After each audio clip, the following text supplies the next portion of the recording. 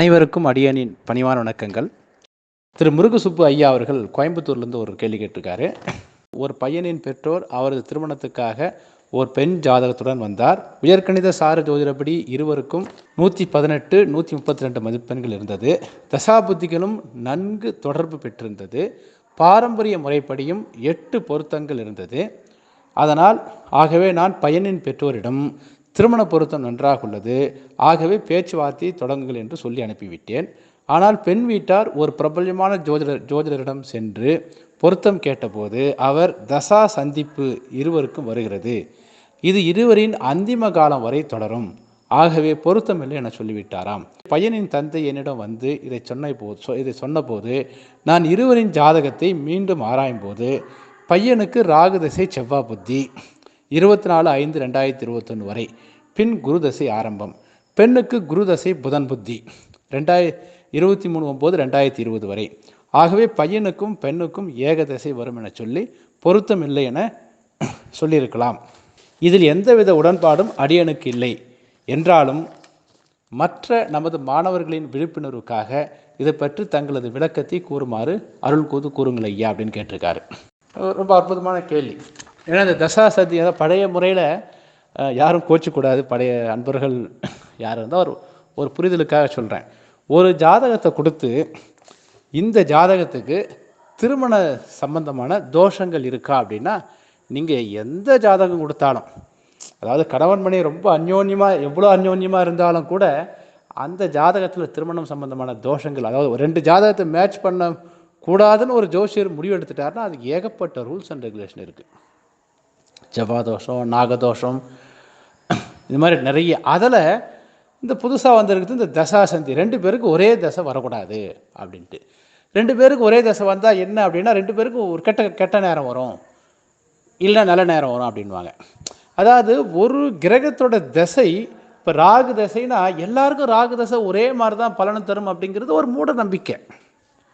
ஏன்னா 2 நிமிடம், 3 நிமிடம், 4 நிமிடம் வித்தியாசத்தில் பிறந்த 2 நபர்களுக்குமே ஒரு ராகு தசையோ அல்லது குரு தசையோ, ஏன்னா 2 நிமிடம் வித்தியாசத்தில் 2 குழந்தை பிறக்குதுன்னா 2 பேருக்கு ஒரே தசை, ஒரே புத்தி, ஒரே அந்தரம் தான். ஆனால் 2 பேருக்கு ஒரே மாதிரி பலன் இல்லை. ஒருத்தர் நல்லா இருக்கார், ஒருத்தர் நல்லா இல்லை. கீழே 2 பேருக்கு ஒரே லக்னமும் கூட. 2 பேருக்கு ஒரே லக்னமாக இருந்தால் எங்கே மாறுதுன்னா அங்கே தசாநாதன் நின்ற நட்சத்திரமும் தசாநாதனும் வெவ்வேறு பாவமுனைக்கு உபநட்சத்திரமாக வரும்போது என்ன ஆகுதுன்னா அது 2 பேருக்கும் வெவ்வேறு மாதிரி பலன் வந்துடுது.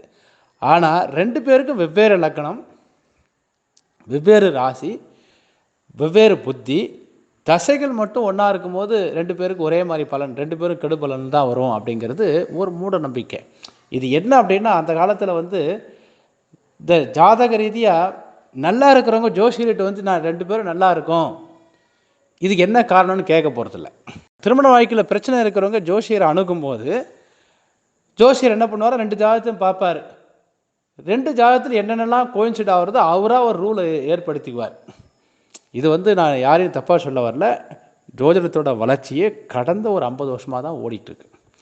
கிருஷ்ணமூர்த்தி வந்த பிறகு தான் ஜோதிடத்தில் இருக்கக்கூடிய பல்வேறு மூட நம்பிக்கைகளை அவர் தகர்த்தெறிந்தார். அதில் இந்த தசாசந்தியை ஒன்று. அதனால் இந்த தசாசந்தியை பற்றிலாம் கவலைப்பட வேண்டியதில்லை. மற்ற விஷயங்கள் நல்லா இருந்தால் போதும். 2 பேருக்கு ஒரே தசைனா ஒரே மாதிரி பலன் இல்லை ஃபஸ்ட்டு. ஏன்னா 2 நிமிஷம் வித்தியாசத்தில் பிறந்தவங்களுக்கே இல்லைன்னா 3 வருஷம் 4 வருஷத்தும் வெவ்வேறு வருஷத்தில் வெவ்வேறு கிரக நிலைகளை வெவ்வேறு தொடர்புகளில் கம்ப்ளீட்டாக சம்பந்தமே இல்லாத நபர்களுக்கு வெறும் ஒரு கிரகம் மட்டும் ஒரே மாதிரி பலனை தரும் என்பது ஒரு மூட நம்பிக்கை. அதாவது என்னென்னா ஜோதிடத்தை பொறுத்த வரைக்கும் ரொம்ப ஆராய்ச்சி பூர்வமாக ரொம்ப ஆய்வு செய்கிறவங்கள இந்த உலகத்தில் தெரியாது.